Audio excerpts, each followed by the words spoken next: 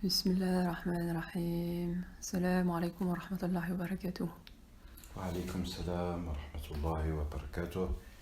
Chers sœurs, jazakumullah min kulli khair.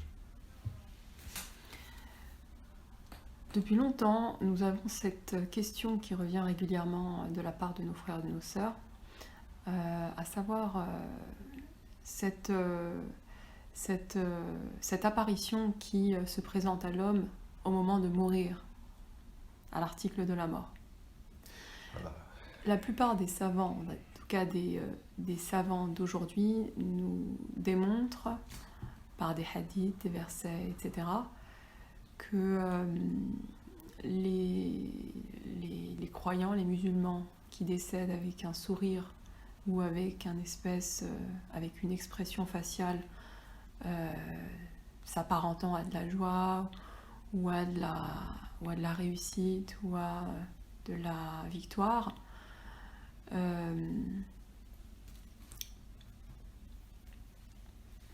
nous disent qu'il s'agit d'un agrément divin.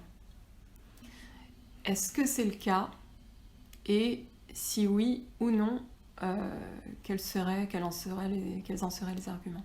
Merci, barakallahu fikum, Sidi Diane Ben Yahya. Jazakumullah min kulli khair. Alors ce n'est malheureusement il y a à la fois c'est le cas et à la fois ça pourrait ne pas être le cas. Pour les raisons suivantes. Vous avez de manière générale dans la tradition de l'islam que la fin de l'homme sur terre, avant que son âme rejoigne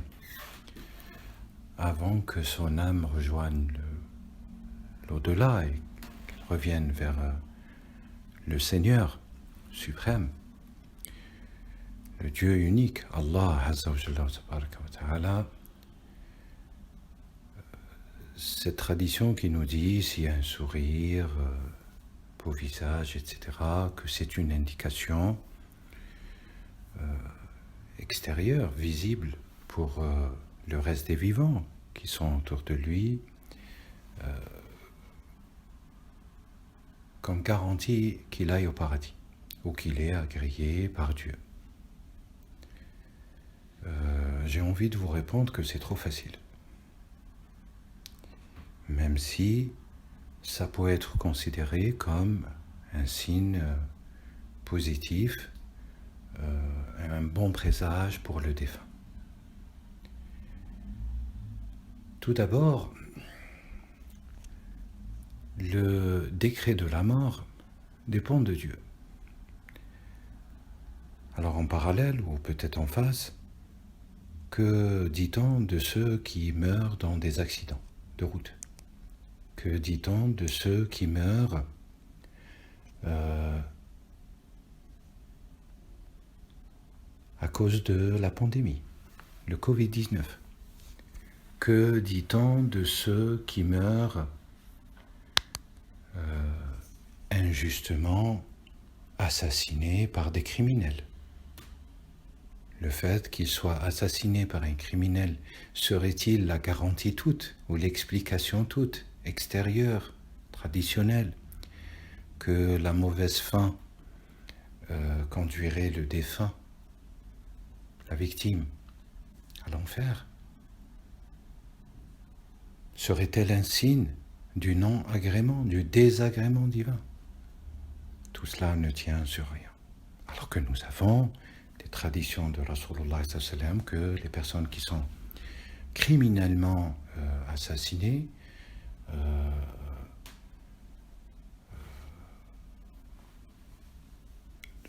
seront ressuscités en tant que tels dans l'état dans lequel ils meurent. Et ça, c'est une loi existentielle pour tous. Celui qui meurt malade sera ressuscité dans cet état de maladie. Celui qui meurt sous les coups de feu, pareillement. Celui qui meurt dans l'accomplissement de la prière, pareillement. C'est cet état dernier qui fera office d'un état primordial dans l'au-delà. L'état qui met terme au petit cycle de l'horizontalité pour l'homme ou la femme, l'être humain, et le même état sous lequel, cet aspect formel sous lequel sera ressuscité, et par conséquent sera l'état initial du monde eschatologique, le monde de l'éternité toute. Alors bien sûr, cet état ne demeurera pas parce qu'il y a, selon la tradition de l'islam, le grand jour du jugement par Dieu. Et Dieu est capable de tout pardonner. Donc si vous voulez, les signes sont trompeurs de la mort, et il ne faut pas se focaliser seulement sur le signe. Un sourire, un visage, quelqu'un qui meurt dans son lit, etc. Même s'il y a toute une littérature traditionnelle qui recense quelques aspects concernant une bonne mort différenciée d'une mauvaise mort. Quel serait justement l'argument pour ou contre la mise en avant, en application de cette étude de l'expression faciale au moment du décès? Alors c'est une excellente question, parce qu'en réalité vous avez beaucoup de personnes qui sourient et une tradition nous relate qu'il y a l'apparition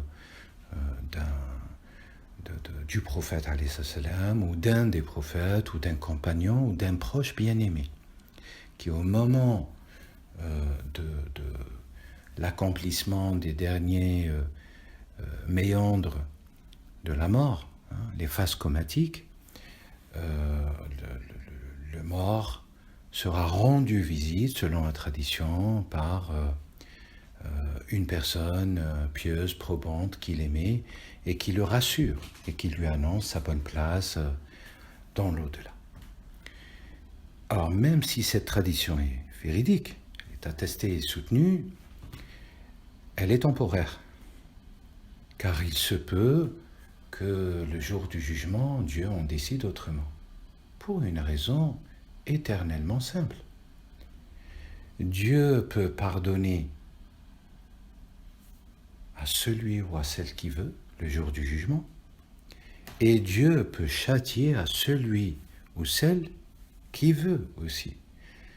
Et si un simple signe d'un sourire au moment de la mort suffirait pour classifier par nous-mêmes directement les gens, vous ferez partie du paradis, vous ferez partie en enfer, c'est le pire des renversements religieux, c'est au-delà de l'associationnisme, c'est comme si on aurait pris la place de Dieu et on aurait anticipé le jugement de Dieu qui est rêve et mystère et qui n'est pas encore advenu. Ça, c'est la première chose, fondamentale et irréfutable.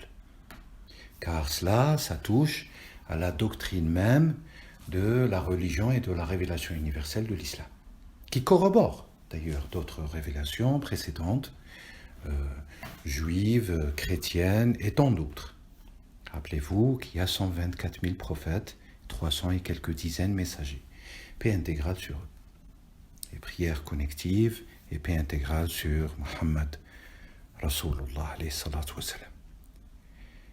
Et puis autre chose, c'est qu'au moment de la mort, on pourra être trompé. Les gens, une certaine catégorie des êtres, vont être, s'ils sont voués à un mauvais sort dans l'au-delà, sous condition que Dieu valide ce jugement le jour du jugement, parce qu'il est capable de tout. Quand vous dites tromper, tromper parce que vous avez Satan qui prenne une forme et qui les rassure, et qui leur dit « Bienvenue, bienvenue mon cher frère, ma chère sœur, qui va prendre une apparence trompeuse pour les réconforter par rapport à leur mauvaise œuvre sur terre. Et c'est un renversement qui est légiféré dans les lois de la révélation, à savoir quelle est l'œuvre de Iblis jusqu'à la mort. Il ne lâche pas l'être humain. De la naissance, comme nous dit Rasulullah alayhi salam, jusqu'au moment de la mort, il essaye avec tous les moyens possibles, au dernier souffle, de tromper les personnes et de les réconforter, de les faire sourire, alors qu'en réalité, ce n'est que le début d'un long chemin de désagrément et de condamnation divine, d'abord dans la tombe et puis plus loin jusqu'au jour du jugement, après la ressuscitation, etc. D'ailleurs, selon les sources authentiques, il est souvent, on insiste souvent sur le caractère présent, le caractère permanent de la présence de Shaitan autour de l'être humain avant qu'il décède, quelques heures avant qu'il rende l'âme ou qu'il soit rappelé à Dieu. Il est là de manière constante et il chahute l'être humain jusqu'à ce qu'il quitte ce monde. Et ça, c'est formellement Quelle est la mission de Shaitan? confiant. Walayadu billah. C'est de perturber, c'est de distraire, c'est de distordre, de tordre ou de surtordre les choses, l'ordre des choses. C'est de tromper, in fine. Et s'il y a un atome de possibilité pour lui pour tromper une personne dans ses dernières heures, vous parliez d'heures, ou ces derniers instants, avant que l'ange de la mort ne procède à la mise à mort de l'être et ramène l'âme vers le lieu que Dieu lui a décrété, alors ayez l'assurance parfaite que Satan saisirait cet atome pour tromper la personne et pour le rassurer dans ses folies. Tout dépend de l'œuvre de la personne. Beaucoup de mauvaises personnes finissent par un sourire et meurent d'ailleurs dans des bonnes conditions. Est-ce une règle eschatologique? Une règle céleste? Non, c'est une manifestation subséquente et de manière assez complexe par rapport à des lois existentielles extrêmement profondes et qui trompent, si vous voulez, le témoin qui est présent au moment de la mort d'une personne. Donc faites très très attention et vous avez beaucoup de personnes extrêmement pieuses qui ont consacré leur vie aux bonnes œuvres et qui ont une mort tragique. Accident terrible jusqu'au point où le corps est déchiqueté. Peut-être même des personnes brûlées dans le feu. Cela, est-ce une garantie de leur condamnation Non, du à tout. l'enfer? Non, c'est une étape intermédiaire. Le fait de quitter ce monde, c'est le début d'un processus extrêmement long. Extrêmement long. Un cheminement très très long. Qu'entendez-vous par cheminement très très long? Parce que l'âme va repasser par l'intermonde. Et elle ne sera dans le lieu le plus supérieur de ce qu'on désigne de manière générale par le lieu des élévations, les lieux célestes, sur cette terre que Dieu va créer et sur laquelle il va ressusciter et rassembler toute la création. D'ici là, il faudrait que ce monde collapse. Notre existence collapse. Le chemin est très très long. On n'en est pas là. Vous avez deux vocations suite à la mise à mort d'une personne par les anges, par ordre divin. La fin d'une vie sur terre. Il ne faut jamais quitter ou oublier le sens que la terre, ça signifie le degré le plus bas ou le point le plus bas. Alhamdoulilah. Le plus bas. Et donc il y a tout un processus, tout un chemin extrêmement long qui va durer des milliers d'années, pour ne pas dire des milliards d'années, pour pouvoir revenir au point le plus haut, dans lequel s'ouvre le grand procès universel de Dieu et dans lequel Dieu jugera chaque âme, chaque être, de A à Z par rapport à son œuvre sur terre. Donc ce que vous êtes en train de signifier, c'est qu'à partir de la mort, il y a un commencement quasiment sans fin, et que c'est à ce moment-là que l'âme commence à être prise en charge et ballottée d'entités angéliques à d'autres entités éventuelles. Tout cela appartient Il y a deux clairement au mystère et vocations. au ghaib. Il y a absolument. Si vous en savez un peu plus, peut-être. Il y a deux vocations. Tradition nous dit que l'esprit, alors ça personne ne le saura. Personne ne le saura.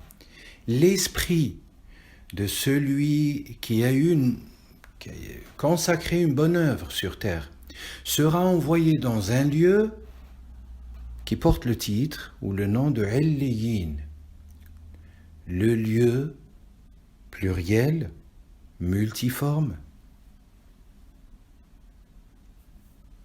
qui est le plus haut de l'existence. C'est un lieu d'attente. Et si c'est une âme d'un criminel, d'un hypocrite, d'un trompeur, d'un corrupteur sur terre, quelle que soit la nature de ses activités sur terre, qui sont négatives, son esprit va être envoyé à Sijin, qui est un lieu au cœur de notre propre planète. C'est le magma, le noyau de la Terre. Il ne va pas quitter la Terre. Vous imaginez, la Terre, elle est là, depuis des milliards et des milliards d'années. Donc tous les êtres qui sont passés, qui ont vécu, sont morts, et qui sont voués, qui ont fait, qui ont été acteurs de la corruption de la Terre, et qui rejoignent la mission principale, principielle, centrale, finale même de l'Khalifa Adam, du calife Adam. Adam, au moment de la déclaration divine et de la décision divine d'élire Adam comme lieu tenant sur terre. Les anges, rappelez-vous, le récit de Surat al-Baqarah, se sont interrogés, ont interrogé Dieu, أَتَجْعَلُ فِيهَا مَنْ يُفْسِدُ فِي الْأَرْضِ وَيَسْفِكُ الدِّمَاءَ. De manière fima ma'na. Les anges interrogent Dieu, s'interrogent, parce qu'ils n'ont pas toute la science. Il n'y a que Dieu qui a toute la science. Ils disent, vas-tu émettre, oh Allah, vas-tu émettre sur terre un élu qui va à la fois propager le sang et corrompre la terre? Donc, quelle est la vocation? Là, on voit très très bien qu'il y a ceux qui vont réformer la terre et ceux qui vont corrompre la terre. Et donc, il y a seulement deux vocations, Illiyin et Sijin. Et puis, ça, c'est temporaire avant la fin de notre galaxie. Et là, je parle au sens matériel, au sens nucléaire, au sens atomique et au-delà. Tant que cette galaxie, il y a encore le Soleil, la Terre, les planètes, les astres, la nébuleuse, etc., etc., tant que tout cela existe, n'a pas été pulvérisé par Dieu, donc il n'y a pas la fin de notre vie et la fin de la vie des autres planètes et des autres univers qui, si vous voulez, coordonnent l'ordre de notre galaxie et de notre monde. Il n'y a pas encore le jour du jugement. Donc il ne faudrait pas trop se précipiter. Le chemin est très très très long, extrêmement long. À mes yeux, il faudrait parler, si vous voulez, si on prend la mesure temporelle humaine, c'est des milliards et des milliards et des milliards et des milliards d'années de lumière, que se passe-t-il de retour. Barakallahu fikum Sidi. Que se passe-t-il les 24 premières heures post-mortem sur l'être humain? Que se passe-t-il? Vous savez, la tradition où au moment de la mise de mort dans la tombe, vous avez la descente de deux anges, Nakir et Munkir,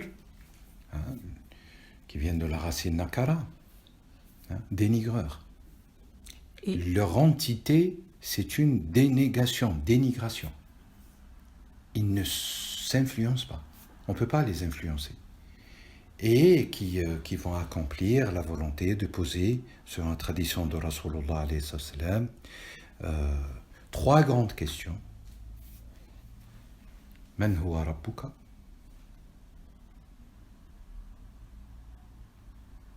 ماذا تقول في هذا الرجل Alladhi bu'itha fikum.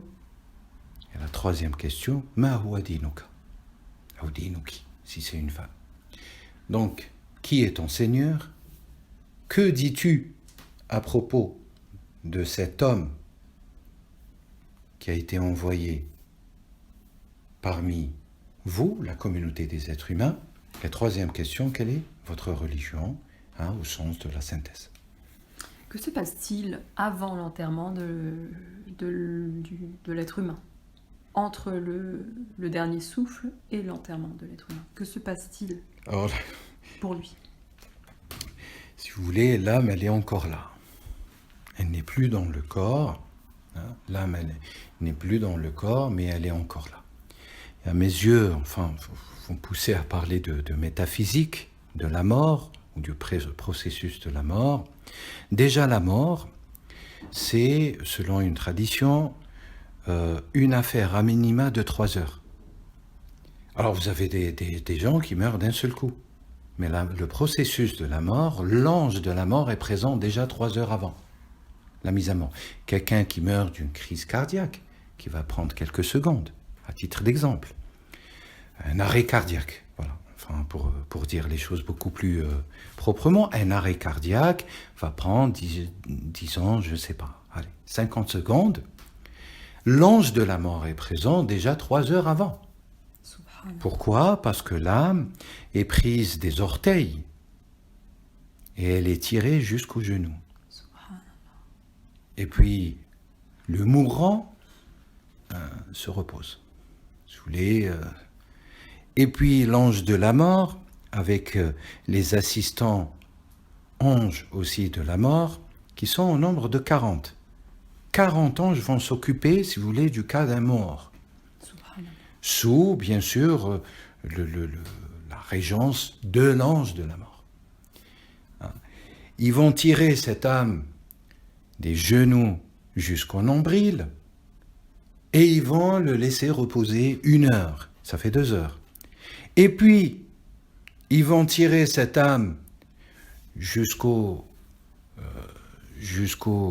la gorge. Et c'est à ce moment-là où l'ange de la mort intervient de manière différenciée, en tout cas, soit il y a une production de ce qu'on appelle un gargarisme, les râles, qui prend quelques secondes. Et à ce moment-là, l'ange de la mort va prendre avec une pince spéciale, soit une pince de lumière, cette âme, et il va la tirer comme si on tirait un cheveu qui était dans une pâte pétrifiée de pain. Soit, il va la prendre, si l'âme elle est mauvaise, il va la prendre avec une pince de châtiment, de malédiction, harbatu sakhat, dit la tradition, et il va envoyer, comme expliqué auparavant, l'une à Illiyin et celle qui est maudite à Sijin. Sijin qui vient de la racine Sajana, prison.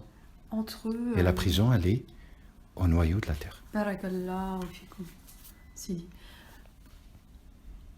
Entre l'acheminement, la période qui consiste en l'acheminement de l'âme, à partir de cet instant-là, et le Sijin ou la Illiyin, par qui ou par quelle entité cette âme est-elle transportée, acheminée? C'est l'ange, non, c'est l'ange. Si vous voulez, c'est cette pince qui est angélique, qui fait partie du pouvoir de l'ange de la mort, c'est cette pince qui va envoyer.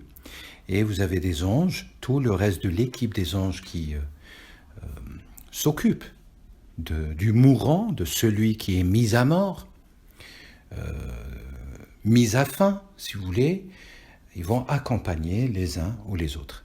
Alors, s'ils l'accompagnent à Illiyin, ce sont des anges de lumière, avec un traitement doux, etc.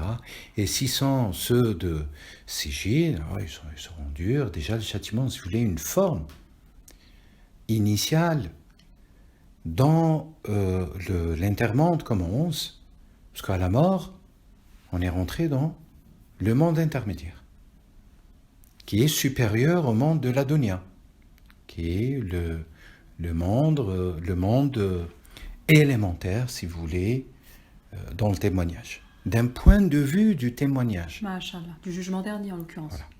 Et puis le monde final, qui est celui-là, éternel, sera amorcé le jour du jugement, dans lequel chacun doit rendre des comptes. Et puis il y en a ceux qui vont pas rendre des comptes parce qu'ils le méritent et que Dieu mettra directement au paradis sans jugement.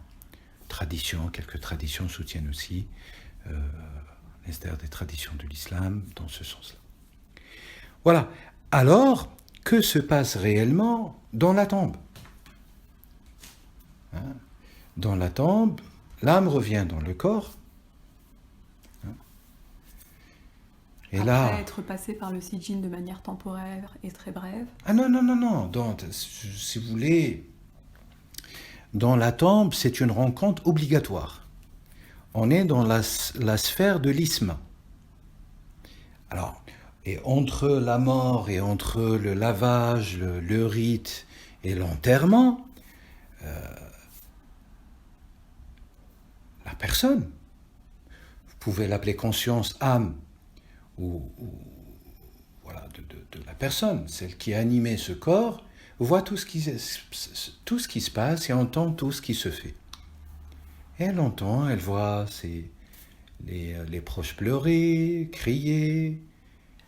Elle voit les proches déjà qui commencent à se disputer pour l'héritage. Ça, c'est tout au long de la période entre la mort et l'enterrement. Donc ça peut prendre 5 heures, 6 heures, ça dépend s'il est mort. Voire même à la morgue. Voilà, s'il reste à la morgue, etc., quelques jours, etc. Vous voyez, elle entend tout, etc. Et elle est déjà scellée. Elle ne peut plus agir ni dans le monde dans lequel elle fut, ni dans le monde, parce qu'elle est dans un monde de passation entre notre monde et le monde de l'intermonde, donc al-barzakh. Et donc elle est prisonnière, elle ne peut agir ni pour elle-même, ni pour les autres, ni dans ce monde, ni dans l'autre. Elle est, si vous voulez, dans un mode de transfert,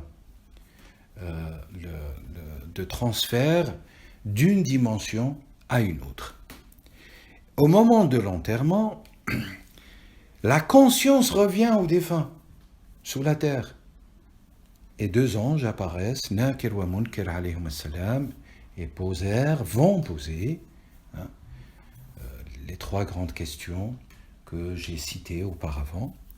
Et c'est selon les réponses ou pas de la personne, où les 2 anges, soit ils amorcent ce qu'on appelle le châtiment de la tombe, qui n'est rien d'autre que un envoi de l'âme de ce défunt directement au noyau de la terre. Donc vers le sijin en l'occurrence. Vers le sijin, et il va demeurer là-bas jusqu'au jour où Dieu amorcera le jour du jugement. Alors si Dieu juge que la vie sur terre continuera pour 100 milliards d'années, pendant 100 milliards d'années, il va rester emprisonné, cambré, châtié dans sijin, qui est un micro-châtiment. Vous avez dans la tradition plusieurs micro-châtiments. Et si c'est une bonne âme, une âme vertueuse, tout de suite on lui montrera, les 2 anges dans la tombe lui montreront sa demeure éternelle dans le paradis, une projection, une image, et vont ordonner en disant la phrase suivante à cette personne: dors comme si tu dors entre la prière de l'Asr, de Dohr et de l'Asr, et le défunt vertueux va dormir où son âme va se reposer dans Illiyin. Et le jour de la ressuscitation, où Dieu amorce le nouveau processus de la recréation, parce qu'on va tous, il y a un processus à la mort de la décréation, et puis au jour du jugement, il y aura un nouveau processus divin concernant toutes les créatures que Dieu a créées, depuis la prééternité jusqu'à ce moment de l'amorce de l'éternité. Une recréation qui commence par ressusciter les êtres à partir de leur coccyx, enfin à partir de leur sacrum. D'ailleurs, sacrum, ça nous renvoie à sacré. Qadassa, c'est la partie qui ne va pas être, si vous voulez, anéantie de manière définitive. C'est dedans où vous avez l'identité, l'amorce primordiale et initiale pour la recréation de l'être humain. Dieu a décidé que ça soit ainsi. Et à ce moment-là, vous avez le réveil. Le premier qui va être ressuscité, c'est Rasulullah. Et puis tous les prophètes et les messagers, et puis tous les vertueux et les vertueuses, donc ce qu'on appelle les saints. Sur une nouvelle planète Terre, sur une nouvelle oui, planète, Dieu, il le avec dit, une nouvelle lune. Mais bien sûr, dans une autre existence, dans un autre univers que Dieu crée pour cet événement universel, cet événement universel qui est seulement une étape du processus pour aboutir au grand jour du jugement. D'accord. Voilà. Le temps va changer, bien sûr. Déjà, le temps terrestre et le temps divin n'est pas le moment, et le temps angélique est un autre temps. Rappelez-vous ce verset coranique où les anges voyagent de la terre jusqu'au le jour du jugement, 50 000 ans. Donc vous avez une indication ici par rapport au processus de 50 000 ans. Si c'est 50 000 ans dans le calcul humain, c'est énormissime. Et si c'est dans le calcul réel, céleste, élevé auprès d'Allah, alors les proportions sont incommensurables. C'est-à-dire qu'elles sont encore plus longues. Mais bien sûr, absolument. Que 50 000 ans. 50 000 ans. Un jour auprès de votre Seigneur correspond à 1000 ans. Exactement. Dieu nous dit dans le Coran. Exactement. Imaginez 50 000 ans auprès de Dieu. C'est fois 1000. C'est incommensurable. Et c'est le jour du redressement ou de la recréation axiale. Yawmul qiyamah, yawmu yaqumun nas. C'est une image, si vous voulez, qui se redresse à nouveau axialement. Donc on va passer par le processus d'anéantissement total de l'existence, et puis revivification de tous les processus de A à Z de la création. Khalq jadid, nouvelle création. La thèse est, si vous voulez, la doctrine est fondée. D'ailleurs, j'envoie Cheikh al-Akbar, Muhyiddin al-Arabi, qui nous parle réellement de l'Khalq al-Jadid et qui est attesté dans le Coran. Et voilà, donc le chemin est très très long, mais si vous me permettez, je vais finir par un point à mes yeux capital. Ça fait peut-être quelques minutes qu'on parle. Où sommes-nous par rapport à cela ? Est-ce qu'on se prépare à tout cela ? Qu'est-ce qu'on a fait pour ne pas être parmi les habitants de Sijin ? Et qu'est-ce qu'on doit faire pour être parmi les habitants ou les résidents de Illiyin ? Comment va-t-on affronter tout ce processus ? Des milliards et des milliards d'années, cheminement, d'épreuves, d'obstacles. Et de infiniment plus grand que les obstacles de la Terre, que les épreuves de la Terre. Je ne pourrais pas en parler en détail ici. Et toute cette étape de confrontation avec ces entités invisibles qu'Allah a créées, qui sont à sa disposition, qui lui obéissent. On va affronter tous nos démons, pour reprendre une expression courante. En tout cas, il s'agirait d'entités célestes purement obéissantes aux ordres d'Allah Azzawajal. Non, mais c'est dire en réalité, après la mort, on va être confronté étape par étape et de manière totalement éclatée, et évidente et réfutable le jour du jugement. On va affronter notre œuvre sur terre. Donc il faudrait beaucoup plus de force le jour du jugement que le jour où notre âme Je crois quitte le corps. Je crois qu'il faudrait avoir de la force ici et maintenant. C'est là où la force se construit. Ce n'est pas là-bas. Au-delà, si vous voulez, de l'aspect miraculeux de la miséricorde divine, qui embrassera et embrasera le monde. C'est ici où on façonne, au jour le jour, à chaque respiration, à chaque mouvement, dans chaque action, dans chaque œuvre, bonne ou mauvaise, nos déterminations définitives et éternelles dans l'autre monde. Donc l'inscription de la shahada au quotidien, de manière permanente dans notre vie sur Terre, aura un impact le jour où Allah aura décidé de nous rappeler à lui, finalement. Absolument. La shahada n'est rien d'autre que témoigner. Et ne témoigne que celui qui est vivant. Qui est vivant, mais qui la répète de manière... Oui, bien sûr. Qui l'imprime en elle. Mais vivant, qu'est-ce que ça signifie? Ça signifie celui qui a inscrit cela de manière permanente dans son être. Mais quand et où? Au moment des épreuves. Ici et maintenant, sur cette terre. Pas après. C'est ici où se façonne la station, la récompense, le châtiment, la proximité ou l'éloignement de Dieu de manière éternelle. Tout se décide ici.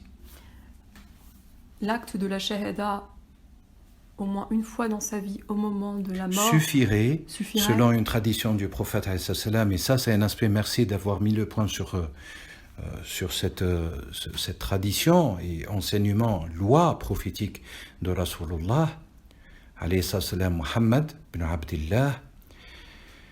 Il nous dit, tout celui qui reconnaît dans son être pleinement, de plein gré, l'unicité d'Allah et qui prononce La ilaha illallah accédera au paradis éternel. La ilaha illallah suffira et suffirait de manière éternelle à sauver l'âme, malgré l'œuvre qui n'est pas propre. Elle suffirait au moins une fois si la personne est dans la sincérité toute. Mais bien sûr. Et absolue. Absolument. Et si on peut... C'est la manifestation de la mission de Rasulullah. Rasulullah, Dieu nous dit dans le Coran, وَمَا أَرْسَلْنَاكَ إِلَّا رَحْمَةً لِلْعَالَمِينَ. Dieu s'adresse à Rasulullah pour nous confirmer à tous les êtres, toute la création. Nous t'avons envoyé comme messager et prophète en dehors d'une mission bien définie, d'une fonction bien définie, qui est la suivante, j'ouvre les grands guillemets, céleste et terrestre, rahmatun lil alamin, miséricorde, avec toutes les nuances positives et vertueuses, pour tous les mondes, tous les mondes, tous les mondes, pas seulement le nôtre. Et c'est cette rahma qui fait, jusqu'au dernier moment, un instant avant l'arrivée dans le processus de mortification, l'arrivée de l'âme au niveau de la gorge, pour que l'ange de la mort la retire de notre corps, notre entité terrestre, et qui marque la mise à mort d'une personne sur terre, jusqu'à ce moment-là, on peut dire « Ashhadu an la ilaha illallah ». Il est des êtres humains. Et cela impactera le jugement final. Il y a des êtres humains qui parviennent à le faire, à faire la shahada, et d'autres qui n'ont pas l'autorisation, qui n'y arrivent pas. D'où la tradition. Ça relève exclusivement de la volonté d'Allah. Bien sûr, mais d'où la tradition de l'enseignement de Rasulullah, de faire la shahada si vraiment on est avec quelqu'un qui est dans un état de dernières heures, et on est présent, on a l'obligation de l'accompagner et de le faire témoigner. Allah. Et s'il le témoigne à ce moment-là, Allah accepte. On a un autre cas de figure, une personne qui le répète assez régulièrement dans sa vie et qui le jour de sa mort, au moment où elle décède, se retrouve seule et ne le fait pas. Absolument. Alors, en réalité, c'est tout le paradoxe du secret de la vie et de la mort. Le prophète, alayhi salam, il nous dit « Oh, combien de personnes vous connaissez, vous côtoyez » et que, d'ailleurs, Dieu le dit dans le Coran. Et vous comptez parmi les vertueux, et le jour du jugement, vous allez les trouver parmi ceux qui vont être jetés en enfer, parmi les pires. Et oh, combien de personnes que vous comptiez, inversement, parmi les plus vils, les plus pauvres, les plus, etc., ceux qui n'ont aucune valeur sur terre. Et ceux-là, vous allez être choqués de voir que c'est l'élite de la proximité divine, et c'est les élus de Dieu au paradis. Donc si je comprends ce que vous dites, et pour aller au bout des choses, la marque de l'agrément qui fait que la personne arrive à témoigner la shahada au moment où elle décède, fait que c'est complètement... que là, c'est avéré. Ça signifie tout simplement que la porte du repentir et de la connexion et de la reconnaissance de Dieu unique, elle est ouverte jusqu'au moment de la dernière respiration sur terre. Et ça, c'est la preuve même de la miséricorde universelle d'Allah pour tous les êtres, sans exception, et de la mission foncière primordiale et finale et terminale de Rasulullah. Cette manifestation s'offre au futur défunt comme une volonté de la part d'Allah Azzawajal absolument, de le faire rentrer, de le sauver. De l'absoudre, si vous voulez, exactement. Et d'expier. Hein. C'est un bon signe, ça c'est un véritable signe.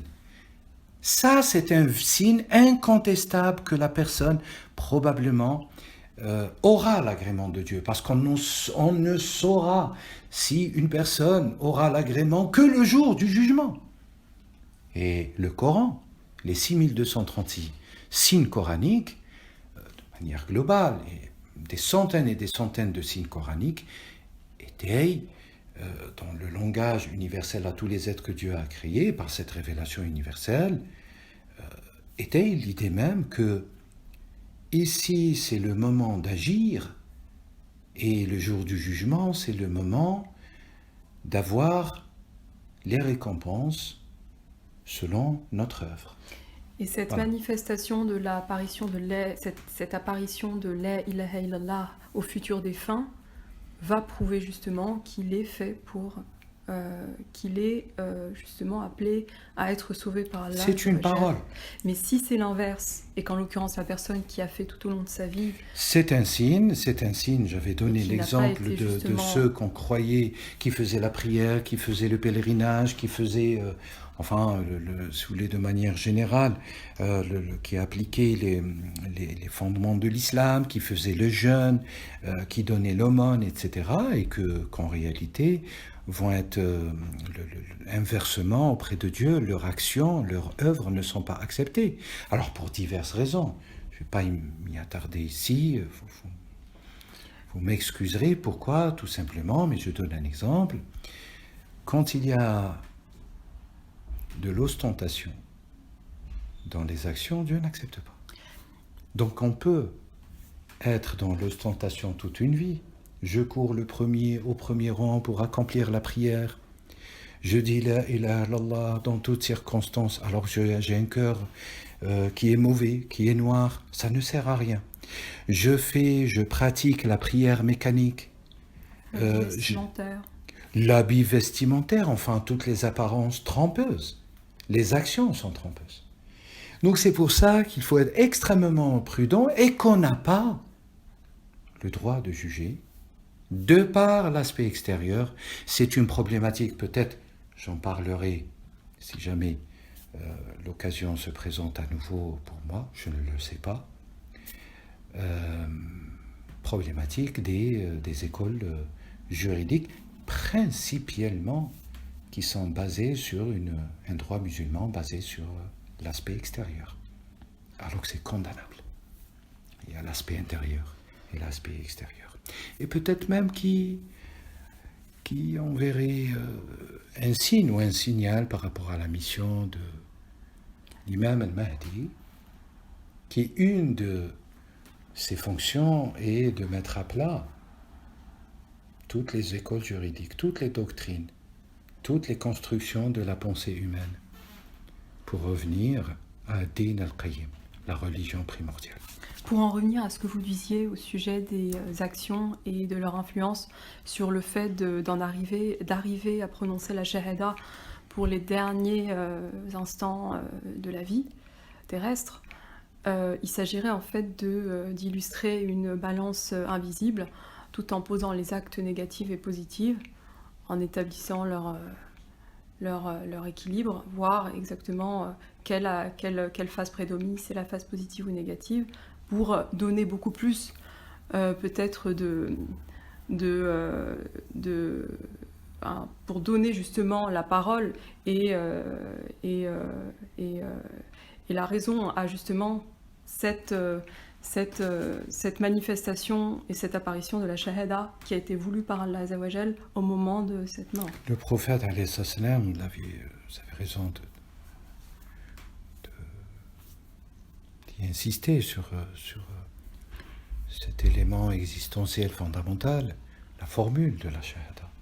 Elle-même, la ilaha illallah, si on met, tradition dit, l'adage si vous voulez, l'esprit en islam, si vous avez toutes les bonnes œuvres du monde sur une balance et la ilaha illallah sur l'autre balance, la ilaha illallah pèsera beaucoup plus lourd.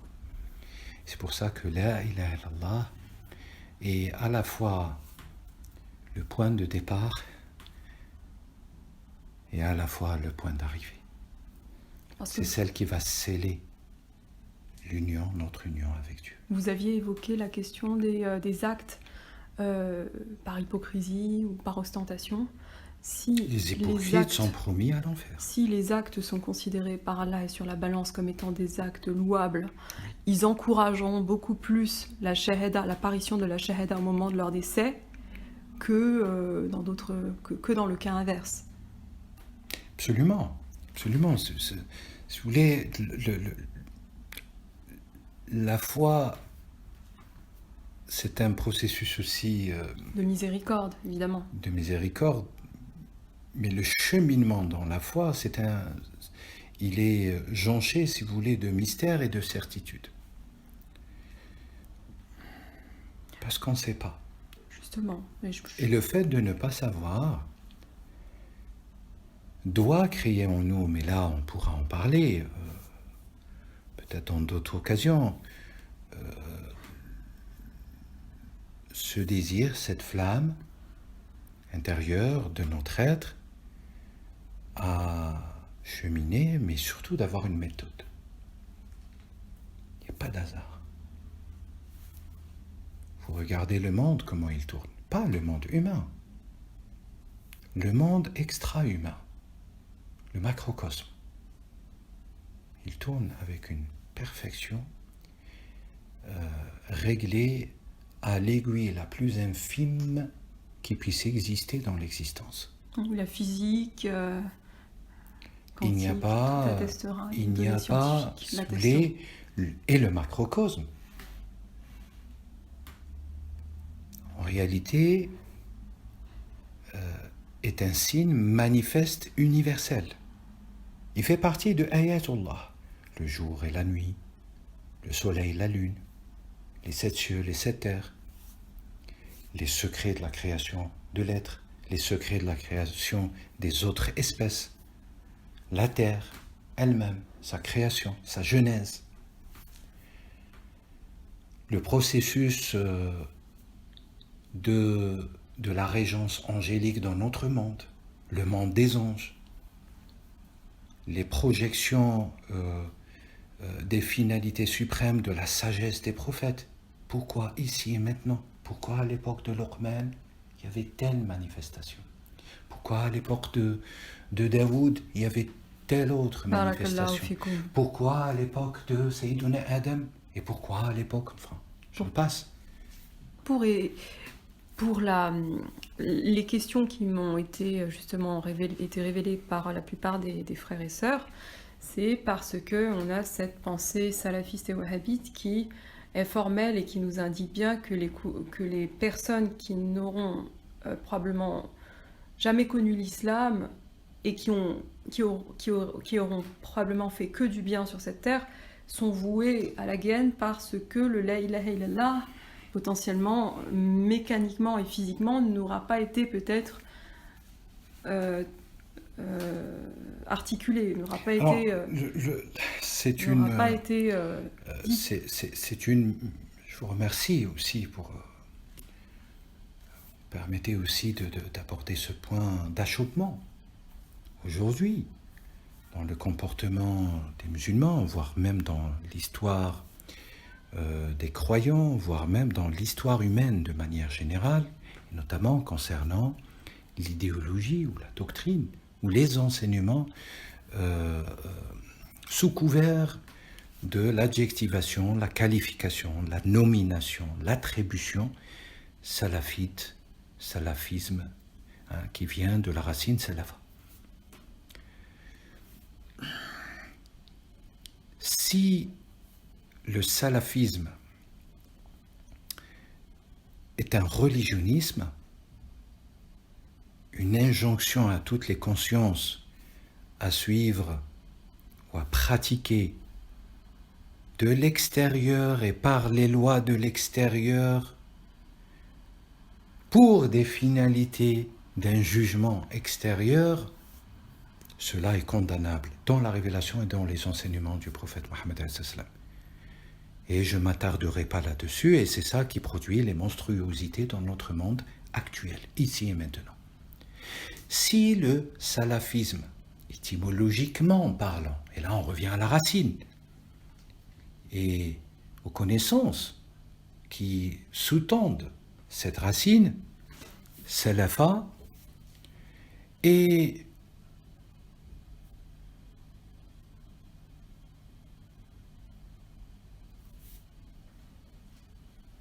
d'accepter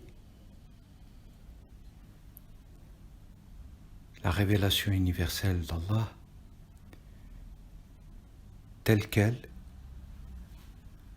pour qu'elle puisse elle-même nous mettre en ordre de marche vers Dieu pour le retour. Aller à l'image de Rasulullah. Véritable salafisme, c'est d'être en conformité avec l'exemple de Rasulullah. Car la révélation, c'est Rasulullah qui l'a reçue. Toute la problématique historique par rapport à ces doctrines, il n'y a pas que ce mouvement-là, cette école-là, il y a même des écoles modernes, très intéressantes, progressistes, qui font les mêmes erreurs et qui dévient comme le salafisme, même si les conclusions ou les répercussions ne sont pas les mêmes, à mes yeux. Qu'est-ce que c'est être en conformité? Il faut être en conformité avec celui qui a reçu la légitimité divine. C'est Mohammed alayhi salam. Mohammed était miséricordieux. Donc soyez miséricordieux. Mohammed était un homme de connaissance. Donc allez à la quête de la connaissance. Mohammed était indulgent. Donc soyez indulgents. Mohammed alayhi salam était clairvoyant. Donc aller à la quête de la clairvoyance. Mohammed alayhi salam a soutenu, a protégé les veuves, les orphelins, les orphelines. Donc faites de même, etc., etc. Pour dire 360 000 vertus portées par l'être de Rasulullah. Mais si le salafisme ou d'autres mouvances, progressistes qu'elles soient, mielleuses qu'elles soient, ou qu'elles apparaissent, qu'elles puissent apparaître aujourd'hui, c'est de suivre autre que Mohammed, alayhi salam, qui est une miséricorde universelle pour tous les univers, sur tous les plans épistémologiques. et de suivre les autres après Mohammed, qui ne sont que des êtres humains, qui ne sont pas des élus de Dieu au même titre de Rasulullah, qui ont interprété, qui ont fait des efforts, qui ont parfois même erré, qui se sont même parfois trompés, et qui parfois avaient raison aussi, et de les prendre et d'inverser l'ordre pour revenir à l'œuvre de Satan. Qu'est-ce qui fait que les doctrines déviantes et les écoles déviantes à travers l'histoire de toute culture et de toute religion, y compris celle de l'islam, qu'on se retrouve avec les monstruosités et avec les défis de nos jours, c'est de diviniser l'humain et d'humaniser Dieu. Et quand on dit humain, ça signifie imperfection et erreur. Barakallahu fikum. Et quand on dit Dieu, ça signifie supériorité, élévation, majesté, perfection, à jamais. Amin. C'est l'inaccessible. Amin. Allah Azza wa Jalla tabaraka wa ta'ala. Et toute la problématique, c'est de prendre quelques compagnons comme plus supérieurs et plus parfaits que Mohammed. Prendre quelques savants comme les maîtres de Mohammed alayhi salam. Et inversement, prendre Mohammed comme un sujet d'un penseur. Prendre Mohammed comme un simple sujet d'un historien. Prendre Mohammed alayhi salam, et j'insiste, quand je dis Mohammed, je convoque en même temps, sur tous les plans sacrés, tous les autres prophètes et messagers. Jésus, alayhi salam, Daoud, alayhi salam, David, Abraham, alayhi salam, Moïse, etc., etc.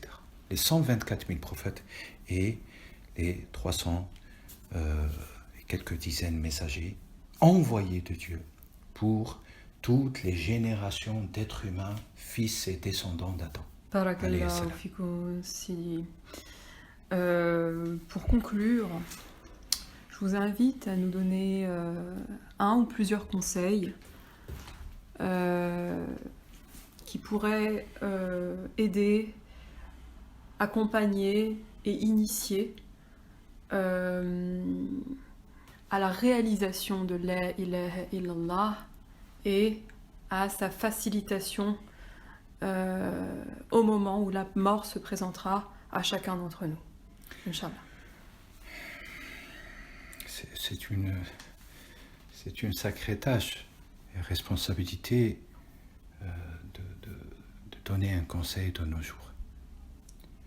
Mais s'il y a un conseil en conformité, si vous voulez, je ne fais que relayer